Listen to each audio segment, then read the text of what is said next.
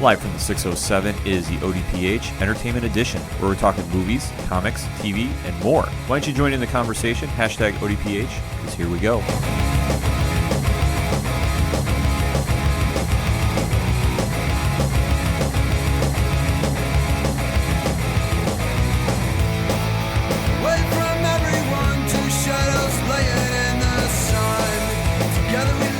Welcome back to the Ocho Duro Parlay Hour Entertainment Edition. I am your host, Ken M., and sitting with me in the studio this week is the intern himself, Padawan J. Oh, baby, let's do this. Absolutely. It's been far too long since we've done our Entertainment Edition, so hey, why not bring it back in the new year strong? We've had a little weather issues, so we've been on a little delay, so we thank you for your patience, but we're coming back with giving our 2018 predictions for the year. Boy, there's a lot of stuff coming. There's a lot coming out. 2017 was a very strong year in comics, movies, TVs, and all other various forms of entertainment. 2018 has some big shoes to fill, and there's no doubt they have a lot on tap. So we're going to break it down by genre, if you will, for each segment, starting off with movies. Now, last year had a lot going on in the movie world, a lot of great movies going on. Logan was out, Wonder Woman came out. Yes. The new Star Wars, for me, which I wrote the blog about, I thought was the movie of the year. A lot of stiff competition for it. So, I mean, you really couldn't go wrong either way of how you decided. No. Star Wars, obviously, we devoted a whole show to it. Yeah. And I think it lived up to the hype. I think, Pat, if you want to put any final words on that. No, yeah, for me, Last Jedi definitely lived up to the hype. I was very excited to see it. And even it's now been, almost a month since I've last seen it. I'm still finding stuff and seeing stuff online that is making me think about things and just seeing things in a whole new light. Going, I never would have thought about that. Which for me, that's always good. If it's been a decent amount of time since you've seen it, you're seeing stuff, you're still thinking about it, and it's changing the way you saw a scene. That's a good mark of a movie. Absolutely. I know there's been a lot of fan backlash for various reasons, and I mean, everybody has their own opinion. Yeah. I didn't really see too many faults. I mean, other than I've said very numerous times, the humor in it I thought was a little too much for me. Yeah. But I didn't think it deferred anything from the movie in its core aspects. You had your epic moments. You had basically what you want in a blockbuster film that you expect to see in the summertime, albeit this came out right at the perfect time in December. Yeah. And I think that it really kind of set the tone for where Episode 9 is going to go. And if I am not mistaken, since you are the Star Wars expert of the group, there's a Star Wars film coming out in 2018. Yeah, in a couple of months, in fact. Scheduled as of right now, if coming out in May, is the Han Solo movie. Now, this is a standalone, not really tying into the overall trilogy per se, but it is a young Han Solo film that Harrison Ford will not be reprising the role. It's directed by Ron Howard. Thank you. Which, it's got a little bit of controversy, I guess you could say, with the film, given that the two directors prior had kind of been booted off. Literally, if I remember the stories right, it was like they were 3 weeks away from filming or finishing filming. I knew there was something going on with the production. Yeah, production was having issues, so they got the boot. Ron Howard was brought in. The movie starring Emilia Clarke of Game of Thrones fame, Alden, and I'm going to butcher this last name, Einrich. Okay. Paul Bettany is in it. Warwick Davis, notable Star Wars alumni in many a role. Donald Glover is playing Lando, which, my goodness. And then also Woody Harrelson is in the movie. And his character name is Tobias Beckett. Now, knowing Woody Harrelson roles, what do you think he's going to be to Han Solo? I have no idea other than maybe his father. No, mentor. Oh, boy. Woody Harrelson's in a movie? Mentor. It probably will be. I mean, Woody Harrelson always does a great job when he's in Zombieland. Need I say more? Yeah, that movie, of course, is scheduled to be out May 25th of this year. Also, the trailer should be coming soon. It should, and we're excited to see it. It should be something to watch. I mean, I don't know. I'm not exactly... Star Wars, to me, is a great thing. I'm not as hardcore of a fan as Pat is, obviously. But for me, a trilogy dating back to the early days of Han Solo, I'm excited to see it, but I'm not super amped up. I'm not meaning that in a negative way, but for me, it's like trilogies, and especially Harrison Ford, wants no part of this movie. Yeah. That I'm just kind of curious of how it's going to play out. But the cast is loaded. Oh, yeah. And if they have a really good story, I think it can really deliver something. Yeah, I'm interested to see what they do with it, because anyone who's ever read some of the older books, they delved into Han Solo's past a little bit. So I'm interested to see where they go with this one. Yeah, there's a lot of different ways it can go. I'm hoping for a Boba Fett reference. That could be. It's about time. The time period they're dealing with, he is alive. Yes. So we definitely want to check that out. I know for me, the movie slate I'm a big Marvel movie guy, and I'm actually excited for two of them in particular. Ironically, not Avengers Infinity War. I am excited for that. Right. But there's two movies coming out under the Marvel umbrella that I'm excited to see. Black Panther, I think, is going to be the movie of the year. It's going to be great. It just has a different feel than any other Marvel MCU movie that I've seen come out in a long time, if not ever. Yeah. And I'm just totally loving everything I've been seeing about it. The casting has been spot on. It is going to be the movie of the year, in my opinion. It's going to come out in February, and everybody else has got to really kind of live up to the expectations of that. My other one is kind of a little dark horse movie, if you will, that is kind of flying a little under the radar. I know it's under the X-Men banner. I know we've mentioned it with Mike C. from I Am Horror on Facebook.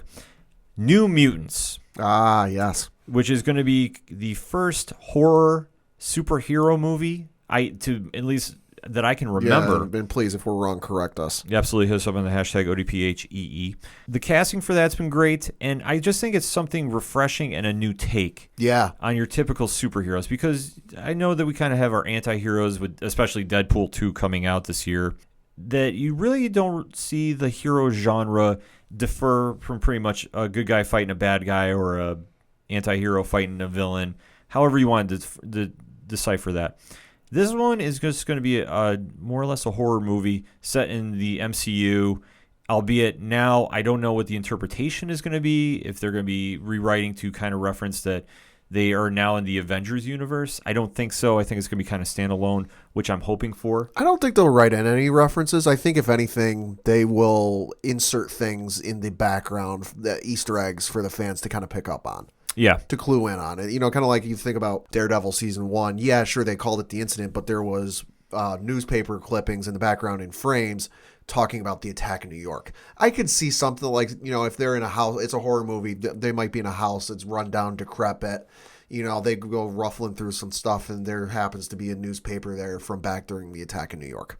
Yeah, I want to see something like that. Maybe not a full-blown MCU tie-in. Maybe something tying into the X-Men universe. Right. I'm really kind of interested to see how it's going to play out, because obviously if this is going to be the start of, I'm hoping, a franchise, I'm really hoping this one takes off, because I want to see something different in the superhero movies. Yeah, it's definitely, there's not a lot of expectations going into it. It's not on the same level as like an Avengers, where everyone has high expectations for the Avengers. People are anticipating it. They're excited for it, but it's got all the room in the world to just blow everyone's minds. Yeah, this one is flying very, very far under the radar, in my opinion. I've talked to some casual fans, and they're all going, "What is this movie?" And then I'm just telling them to go check out the trailer. Well, I think the large part of it is it's flying under the radar because you've got that juggernaut behemoth in May. Yeah, absolutely. I mean, Avengers Infinity War should trump everything. It should. The expectations are astronomical that if this is not the greatest superhero movie of all time, people are going to get mad. Oh yeah, it's like you're in a showroom of cars, and New Mutants is the fancy new brand new Chevy Camaro, and then the Avengers Infinity War rolls in, and it's a Bugatti Veyron. Yeah, it's getting overshadowed. It's going to get overshadowed, and that's the problem. That the expectations, I think, are going to be so high that it's not going to really hit it. I mean, I'm sure it will. I'm sure there's going to be iconic moments, and this is going to be the end of the current Marvel phase, going into Marvel Phase 4, I believe. Yep. And with that, the spoiler scenes at the end of the credits, whatever you want to define them as, they're going to include all the new characters getting added to the MCU. There got to be. Would you say that the post-credit scenes, and I'm guessing it's going to be more than just one or two, are the most anticipated in a long time? I would say without question. Because I know going into Avengers, the post-credit scene before that was very anticipated, very much. People were looking forward to that. But this, I feel, because by and large, Phase 4 for Marvel, with the exception of just a few, we don't really know. No, it's really up in the air, and I know we've devoted a lot of the shows in the past about trying to break it down and trying to figure out where we think they're going. Other than Captain Marvel, it's really an open slate now. That and Guardians 3. Yeah, Guardians 3, which I think will definitely come out before Avengers 4, because if I'm doing my unofficial predictions, Adam Warlock is going to get introduced in Guardians 3. Yeah. And he is a very big part if you have not read the Infinity Gauntlet storyline. Yeah, that would make sense because by and large, the Avengers movies are the end of one phase that lead into the next phase. So if you're gonna have your phase 4, starts off with Infinity War, they're gonna go through their motions, and then you're gonna have the follow up to that be the bookend of this phase. So that would make sense. Yeah, and it's going to set the new stat quo moving forward with the movies. So I'm excited to see where they go with that. But for me, like I said, I think Black Panther is going to outshine everybody. I think it's going to have a new style to it, a new feel to it, and I'm really, really excited to see the direction they go in with it. Yeah. And especially, there's a couple other movies, like we said, Deadpool 2 is coming out. Oh, boy. Which I don't know how it's going to play out. I'm excited to see it. I know that they're adding Cable and Domino to it, and if I have to make a guess because I have not read anything, I'm saying they're going to put Hope Summers in there, Ooh. and it's going to kind of tie into her storyline with Cable and Deadpool, and because I'm really kind of interested to see how they're going to play it. Yeah. Because I know there's been a lot of people rumored to be involved. I really haven't seen that much. I haven't seen a definitive trailer of what's going to come in that movie. Yeah, I think the only thing we've seen was the spoof scene or whatever you want to call it, where he goes to save the person a la, 1970s Superman, and he takes too long and the guy ends up getting killed. Yeah, which is par for the course with Deadpool. Oh, yeah. So, I mean, I like that they're keeping the humor. I know that the expectations now were Deadpool, when it first came out, I don't think had that high of a bar. No. And it really was a great film, and it really surprised a lot of people that aren't into the comics and was just like, whoa, what is this? Oh, yeah. So to see that kind of take off, I think is going to be kind of cool. Oh, yeah, without a doubt. And I think another movie, if I'm not mistaken, is supposed to come out is the Venom movie with Tom Hardy. Looking it up. Which I don't know how much they're going to tie into the MCU. I don't think they are. I think they're going to kind of keep it solo. They're filming right now. Okay. According to IMDb, they are filming. It is expected October 5th of this year. Which would be perfect for Halloween. And I'm really interested to see how they're going to go with that unless they tie it with Spider-Man. I don't think they are. At least everything I've heard, they're going to kind of try keeping it solo. I'm not 100% sure about this. Please correct me if I'm wrong on social media. But I think that movie could definitely fly under the radar too. It's definitely it's going to fly under the radar. It's also the bar is not set real high because if anyone remembers the last time we saw Venom on the silver screen, please don't remind me. It wasn't that great. So the bar's not real high. It's not like it's not Jared Leto trying to top or trying to go against Heath Ledger's Joker. No, the bar is not astronomically high. The bar is real low. So they've got room to improve. Absolutely. And if they try keeping him standalone, which I don't think would be a bad idea. I don't really think you need to tie Venom into the MCU. Right. Because he's more or less, he's broken out in his own shell, so to speak, from the Spider-Man universe. And he kind of does his own thing. Mm-hmm. And I just don't know if you really need to kind of force him into the MCU. Right. If there's a good story to bring him in, yeah, there is, but I don't really remember him being that intricate to a certain crossover that you would need to force that in. Nah, I can't think of anything off the top of my head. I know he's had some fairly decent runs of recent fame when he's had his own comic line. Yeah, and I know they've done a lot of different takes on him with who's been the symbiote host. Mm-hmm. And I think that kind of plays into the factor. So which one we're going to see? I think we're going to see Eddie Brock. Oh, yeah, I would imagine so. That's going to be kind of interesting to see. So I'm really thinking that could be another sleeper hit. My other sleeper pick is coming from the DC film side. Ooh. Because if I am not mistaken, and Pat is checking for me right now, the breakout star of Justice League, mm-hmm. Aquaman, yep, with Jason Momoa, I think that has got a high ceiling too. That does, because everyone was. I don't think a lot of people were quite sure what to expect out of Jason Momoa in Justice League because it was like the same two scenes. Yeah. And yelling and jumping around, but he was great. I think that they really needed to make Aquaman mainstream media friendly. Yes. And what I'm saying by this is, unless you've read the Jeff Johns run of the comic, and I know Bright Guy Signal, who couldn't make it in today, did post a blog about it, it is trying to make Aquaman cool and relevant and standalone. Because unless you're a diehard comic fan, mm-hmm. I mean, how many times has he been parodied on every kind of sketch comedy? Family Guy comes to mind. Yep, that's another one. He's always been kind of considered a joke. So to make him into a real movie and a real action star and one that you're going to build possibly a franchise around. Well, you could. That I think you really need to nail it out of the park with this. And I know Jason Momoa has been all in on it.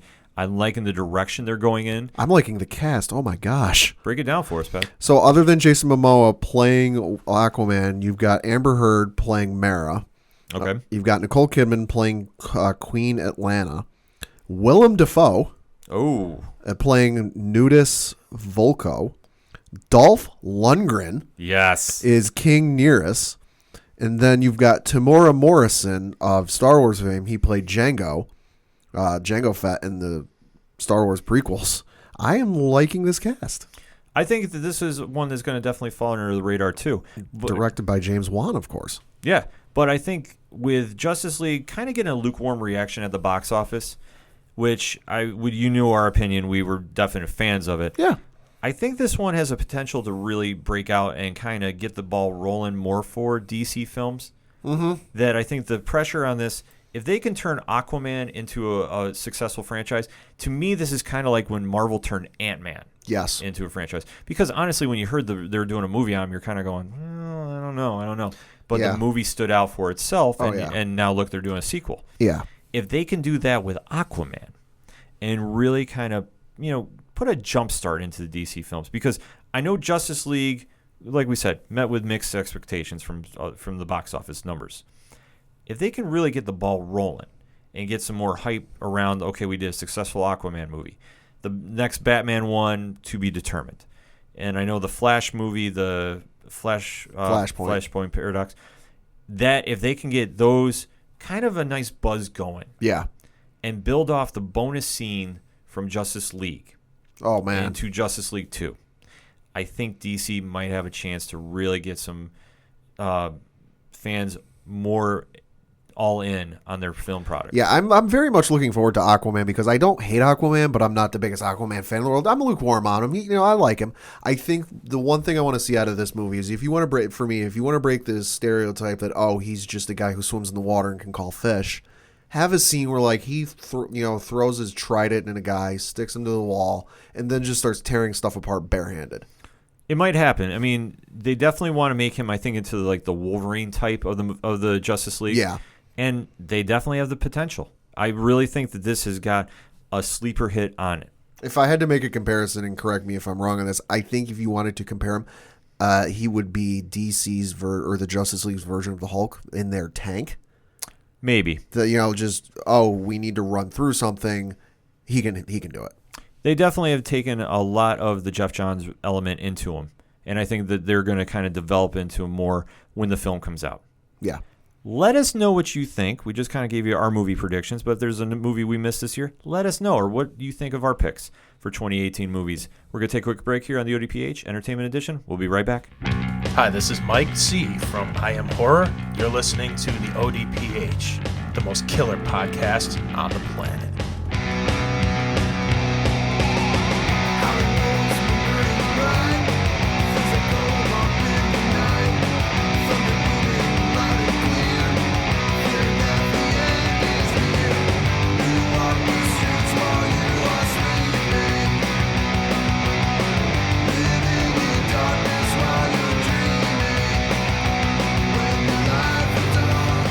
Back for the second segment of this week's Ocho Duro Parlay Hour Entertainment Edition. We talked about movies, but there was a lot of great TV going on this year, too. Yeah. This past year, should I say now. And, I mean, for me, Legion on FX stuck out. I know I put it again on the blog. To make me actually care about the character of Legion, who has not been the most high profile, shall we say, of the X Universe characters. And really tell the story, make him into a hero, make him into a character you really get behind. Kudos to the writing on that, because what they did with that is by far, I will say, probably the most artistically visual show on TV. It definitely does not look like anything else you have seen. And I know with handling such a character with such a complicated background, and really selling that to the audience is just been nothing short of just phenomenal. And I really, really am excited to see where Season 2 goes. I'm not exactly sure when that is coming out officially. I think they announced it the other day. I'm looking it up now because Fox TV had their I don't know what the actual call for them is. It's where they talk about their shows for the upcoming year. IMDb is listing it is April 2018. And I cannot wait for that. I am thoroughly invested in to see where they're going to go with the story, because if you haven't seen it, try watching it, and you can binge watch it. It's a very short first season, and just to see where it goes, trying to explain it is not going to do justice. The acting is great, and like I said, it's visually amazing. And that's pretty much all I really need to say about it. You need to watch it for yourself. I highly recommend it. And season 2 coming out in April, I am all in on.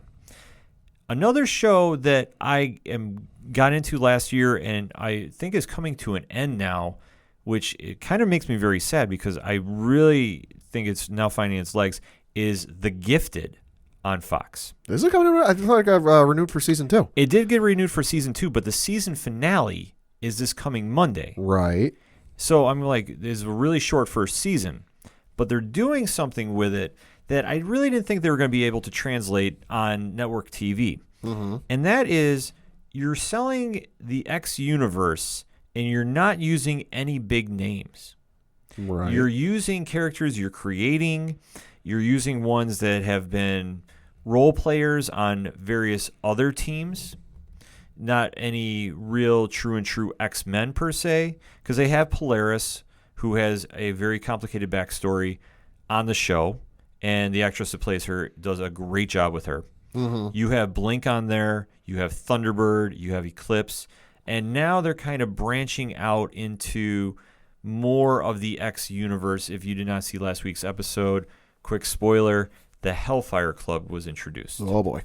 And the Stepford Cuckoos, which if you have not seen them, the episode before last just really shows you the level of threat that they are bringing to the show.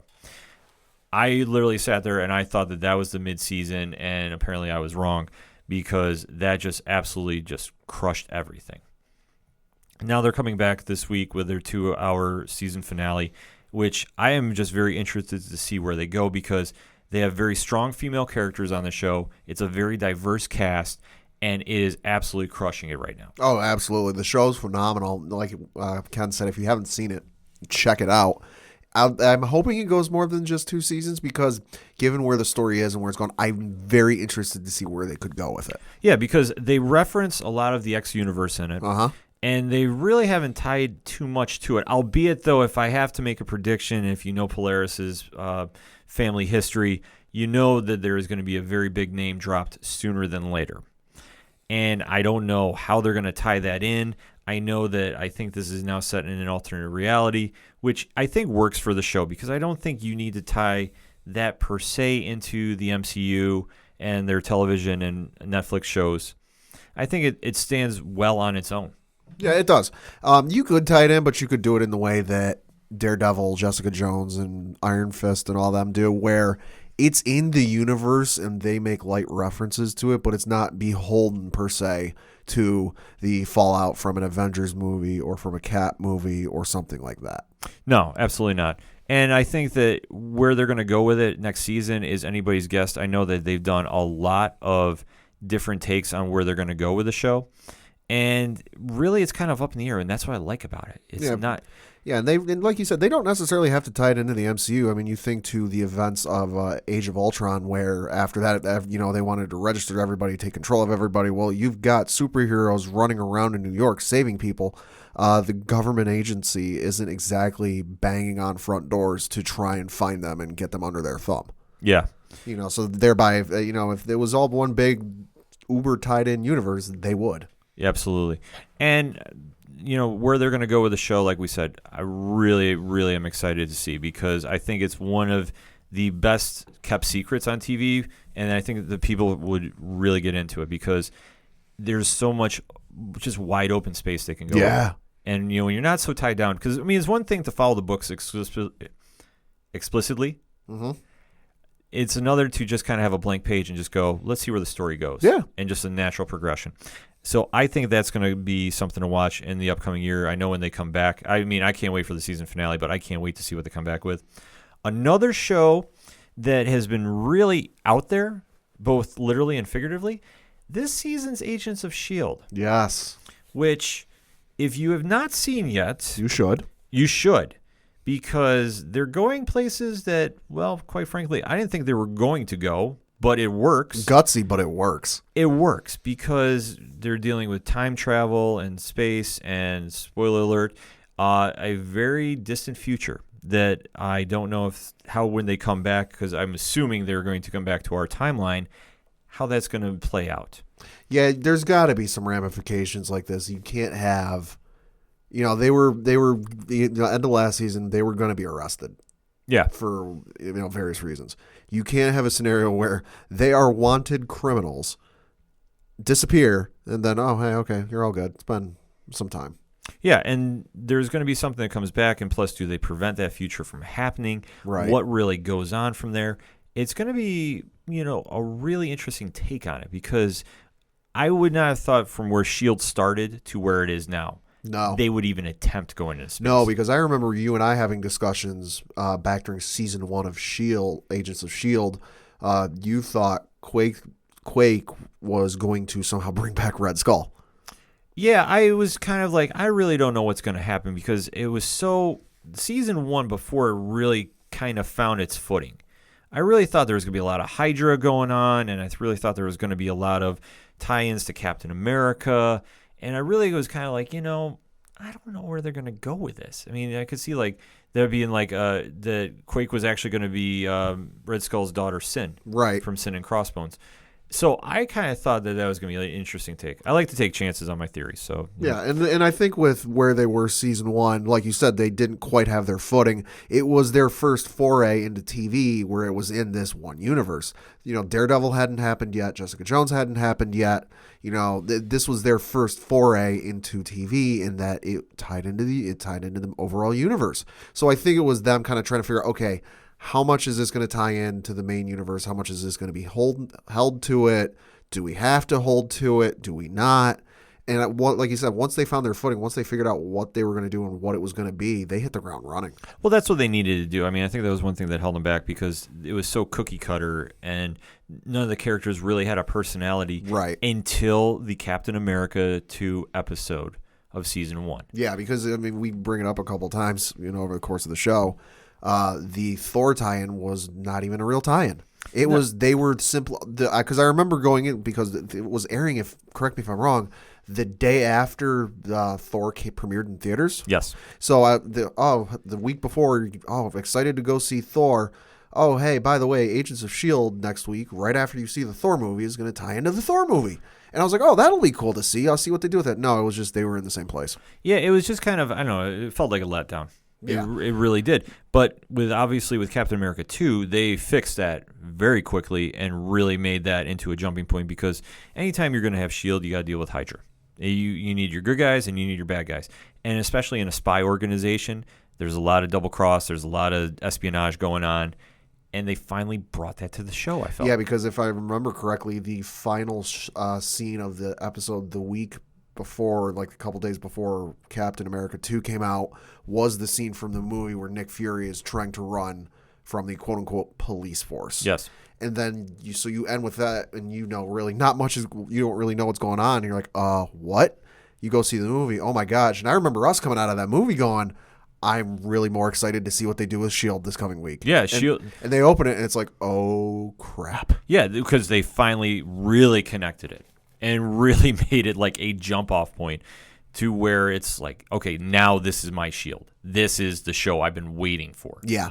And it's gone from there. And like I said, last season was so phenomenal from top to bottom that this year, they took a real chance with it. And it was a risk. Yeah, it definitely was. And the Space Odyssey is paid off so far. Albeit it's kind of started a little slow because you're trying to piece together what the heck is going on. Well, yeah, you take basically, all but one main character, throw them into someplace they don't know. It's some time they don't know. Mm-hmm. And then you've got to figure, okay, where are we?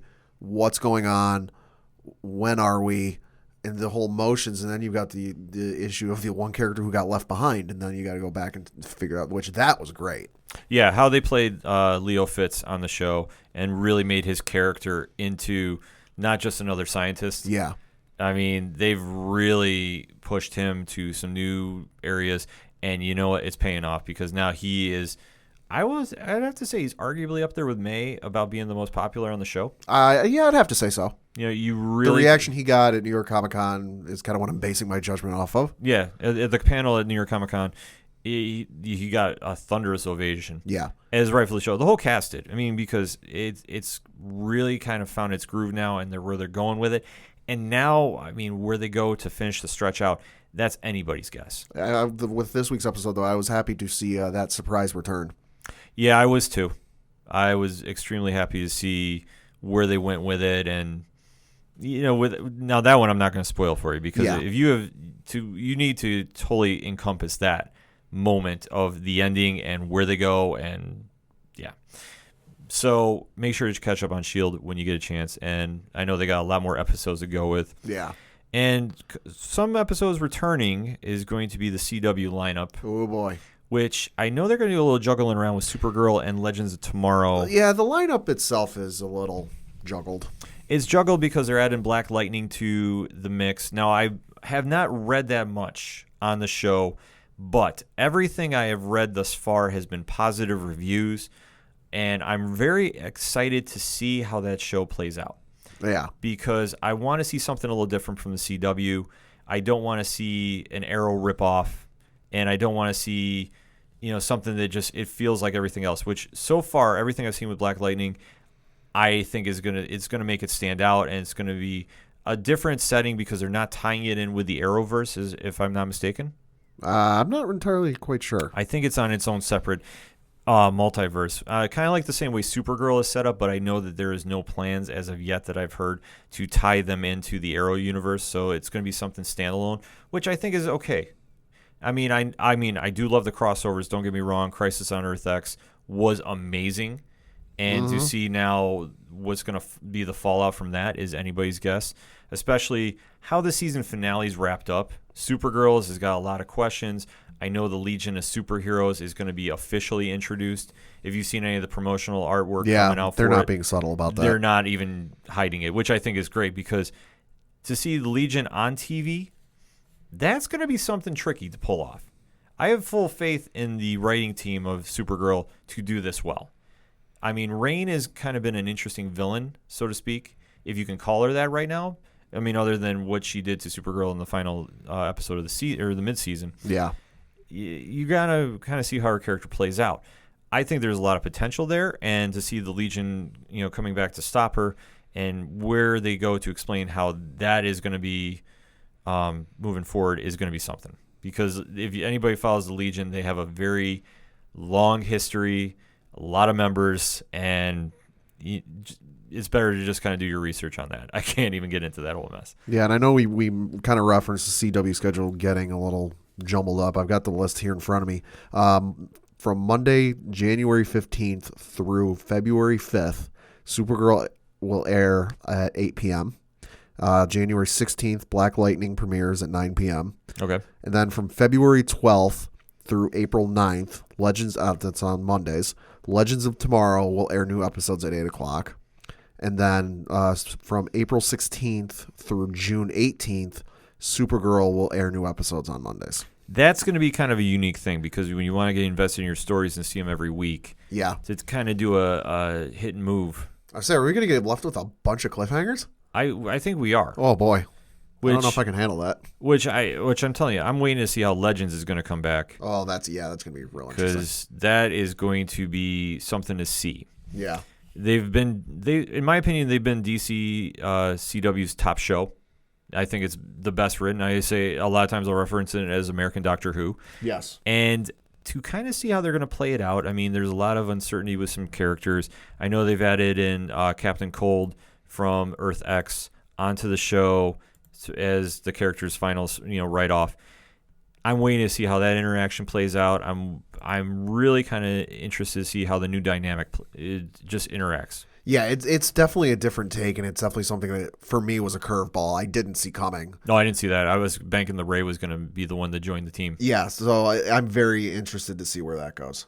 Yeah, and with Team Arrow, too, that is going to be something down the stretch as well. I was kind of let down by the season finale, or mid-season finale, rather, So I'm really waiting to see how they come back. And the season has been good so far. Yeah. Overall. I just how they're kind of portraying it moving forward is going to be something. And I did hear that the rumor was there will be no more Slade Wilson on the show. Yeah, I read something to the same effect that because of the bonus scene from Justice League, which if you don't know by now, well, we just spoiled it for you. Yeah, it's because of the bonus scene, it will not no more Deathstroke. Yeah, which is very sad for me because oh yeah. Arrow season 2 with Manu Bennett playing Slade Wilson that was where the bar was set for the CW. Yes, in my opinion. Yes. So where they go moving forward with that, I don't know. I mean that's a huge chunk coming out of the show of just quality.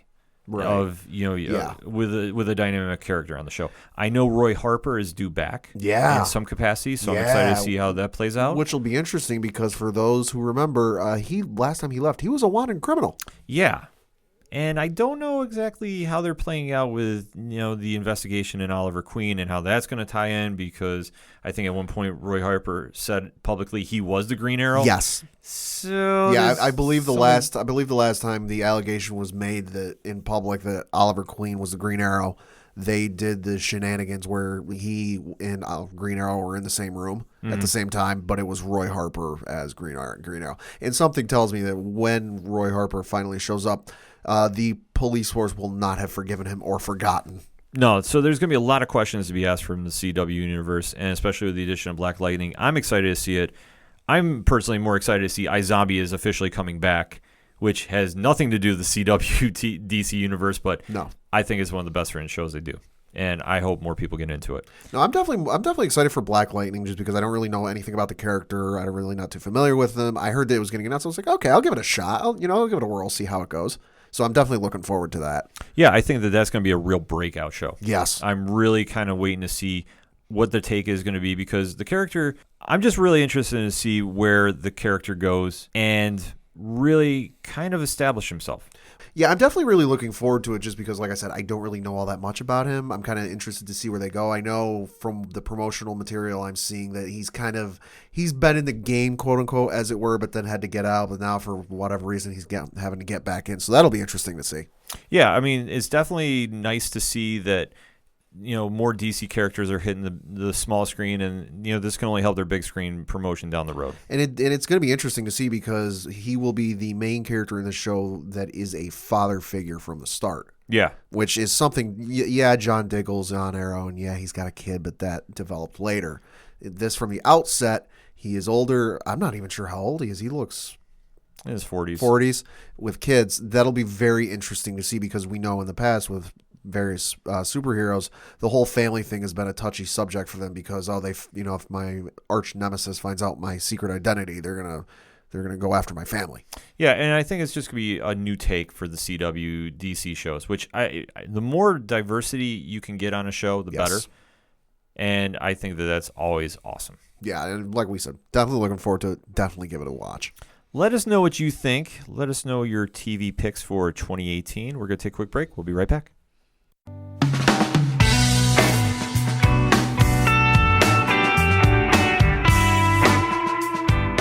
We're now on iTunes. That's right. The Ocho Duro Parlay Hour is now on iTunes. So download, rate, and subscribe. Spread the word, and thank you for listening to the Ocho Duro Parlay Hour. I'm the street light guiding you home. Avoid the wrong step into. Closing out this week's ODPH Entertainment Edition with breaking down our picks for 2018 comics. Now, 2017 had a lot of strong work. Marvel's Mighty Thor was their best book by far. Tom King's Batman. To come and follow Scott Snyder and Greg Capullo's run is no easy task, and he has been killing it on that book. And you need to go read The War, Jokes, and Riddles. It is out on trade paperback if you have not read it already. It is an instant classic. Coming for comics, though, we were at the panel for New York Comic Con. I know they just got started with it, but Doomsday Clock is going to be in full effect, and I think that's going to be your comic of the year. Probably. I know Bright Guy Signal is doing a blog on it. I know he keeps ranting and raving about it if you see him in public. So if you do, stop him and ask him about it. He'll tell you all you need to know about it. But the Watchmen are now coming into the DCU. It is going to be an interesting dynamic, as we said, moving forward. Jeff Johns and Gary Frank are doing the book, and everything so far I've seen out of it has just been nothing short of just awesome. Yeah, no, it's from start to finish, with the issues that have come out, it's a great read, shocking read. And as they said during the panel, they've taken their time with it. They're taking very delicate work with it. It's a fantastic read. Yeah, absolutely. And they need to, because you can't really mess with a classic like Watchmen and just throw it in there. Yeah. It's kind of the same thing with DC Metal borrowing the Sandman, Neil Gaiman's version. Right. And implementing him in. You don't just do that on a whim. You need to make sure it's the proper story with the proper characters involved. Yeah, and for me, this is a great read. I'm definitely anticipating every issue that comes out. I think the thing I'm anticipating more is the fallout, if you will, of once it's all said and done, because you can't have a proverbial rock like this drop into the pond that is the DC universe and not have some ripples. That they can't just show up, have their business, and have fallout or whatever ends up happening by the end of it, and then we're here. We're all hunky dory now. No, this is going to have big time fallout for the DCU, and it needs to, because, like we said, you can't take a piece of iconic literature like Watchmen, throw it into the DCU, and just say it's going to be a one and done, and everybody's going to forget about it. Right. I'm not saying I have any idea how they're going to finish it, because I honestly have no clue. Well, we know from, at least, correct me if I'm wrong, they hinted at the panel that Superman is eventually going to face off with, Dr. Manhattan? Yep. I think, and this is just me speculating, I don't know, I haven't read anything online, I think what's going to end up happening is you're going to have that fight between Superman and Dr. Manhattan. However it's going to end up is going to end up. There will be some, I get the feeling that it's going to be wide-ranging fight in distance, and there's going to be a lot of damage done, and a lot of bad things are going to happen as a result. I would not be surprised if there is some sort of public backlash as to what has happened, and the public goes, all right, listen, you superheroes are great and all. You've bailed us out more than once. We need to pull this back a little bit. Maybe. I mean, that's a good theory, Pat. I honestly just have no idea what to expect. Right. I mean, other than you're going to have the big fight, the iconic fight between Superman and Dr. Manhattan, and what happens after that, I don't know. I mean, issue 2 just came out, and it is pretty awesome if you have not seen it. And just, I have no idea where they're going. And I just can't wait to just read the issues and go, you know what? This is the book. Yep. And this is going to be what defines 2018's books. Oh, yeah. I mean, there's a lot of other stuff coming on. I know DC's dropping a bunch of new heroes, and I know Bry Guy has been talking about Immortal Men as being a lead candidate from that. So I'm interested to see how that one plays out. Marvel has been doing some news too. Yeah, they've announced a comic run starting in February, I believe it is, called Infinity Countdown. Okay. Which they're saying, quote, it's the greatest epic in the history of the Infinity Stones. Now, not much is being said about it. And they had initially said they were going to be taking an 18-month break from crossovers, but it became pretty clear early on, or at one point, that they were going to do something. Infinity Countdown is going to be a 5-part miniseries written by Gary Duggan, which will serve as it's going to be a big beginning and a tremendous effect on the universe. It's going to include Guardians of the Galaxy, Avengers, X-Men, Spider-Man, and probably way more beyond that. Promotional art or cover art is out for the first issue. You can check that out online. It's looking very interesting, and of course it's being aptly timed, coming out right before the Avengers movie involving the Infinity Stones. Yeah, I think you're going to have a lot of stuff tying in with that. Like I said, Infinity Gauntlet has been on my brain for a while, ever since the trailer came out for the new Avengers film. Yeah. And I think that Marvel is smart to kind of just tie it all back together. Yeah. And where they go with it, I don't know. I mean, Marvel has been doing a lot of different things, and I know they brought back old Logan, and by that I don't mean Old Man Logan. They brought back the original Logan, which I remember reading Death of Wolverine. I didn't think they were going to bring him back anytime soon. I didn't either. And like I said, they've been doing a lot of different things. I know some fans have had mixed reactions to it. I know that ever since Secret Wars, it's been I've been waiting for like a big event like this to happen. Right. Just because I like for Marvel crossovers when they go super big, like Secret Invasion and Siege and House of M just recently. Mm-hmm. Those kind of big moments are the stuff I remember, and that's what I kind of envision like seeing like in the movies. Yeah. DC has been doing their own thing, and I mean their quality. They've been really driving back to the core essence of the characters ever since they came back with Rebirth. Yep. Everybody from Deathstroke to Batman to Superman has really kind of had a different feel to it. Like it kind of feels more like the comic books that I grew up reading. And I really like seeing that, and that's why I say like I always really promote about Tom King's run on Batman. I think is awesome, and just with DC's storytelling too. So see Marvel kind of get back to basics on their aspect, because I know a lot of times you see the focus shift towards the movies, and certain characters aren't featured as much in the books because they're not in the movies. Yep. And now obviously with the deal going down with Disney, I think you're going to see a resurgence of the Fantastic Four in one way or another. I know they're doing Marvel 2-in-1 with a thing in Johnny Storm. Yeah, and that to me is going to be very interesting to see in 2018, because they'll never publicly say it. They wrote off the Fantastic Four comic line because of the disagreements with Fox over the rights to Fantastic Four. They shipped them off into another universe and ended the line. Just our opinion of that. That's our opinion. That's not, but the Marvel will never publicly say that, but that's kind of how I read the tea leaves. So I will be very interested to see what they do with the line. You got to figure they'll come out, full fury, just craziness and great stuff. Yeah, because the Fantastic Four is an iconic group. Yeah. And, I mean, it's kind of tough to really write them well. I mean, I always think it's a challenge when they're written. Not to say that you can't do the book well, or, just anybody can do the book. It's just, it takes a certain kind of just imagination for that book. Yeah. That when it really hits, it flies out of the park. And that's when you really get the core essence of just the world's greatest superhero team, has been the tagline for years. Mm-hmm. So to see them come back and kind of really, get their spot back in the spotlight of the MCU, comic-wise, I think it's going to be cool. I'm really excited to see it. And I think the future is kind of wide open for the comics this year. I mean, I know we're kind of getting into it. We really haven't seen a lot come out. I know DC Metal's wrapping up.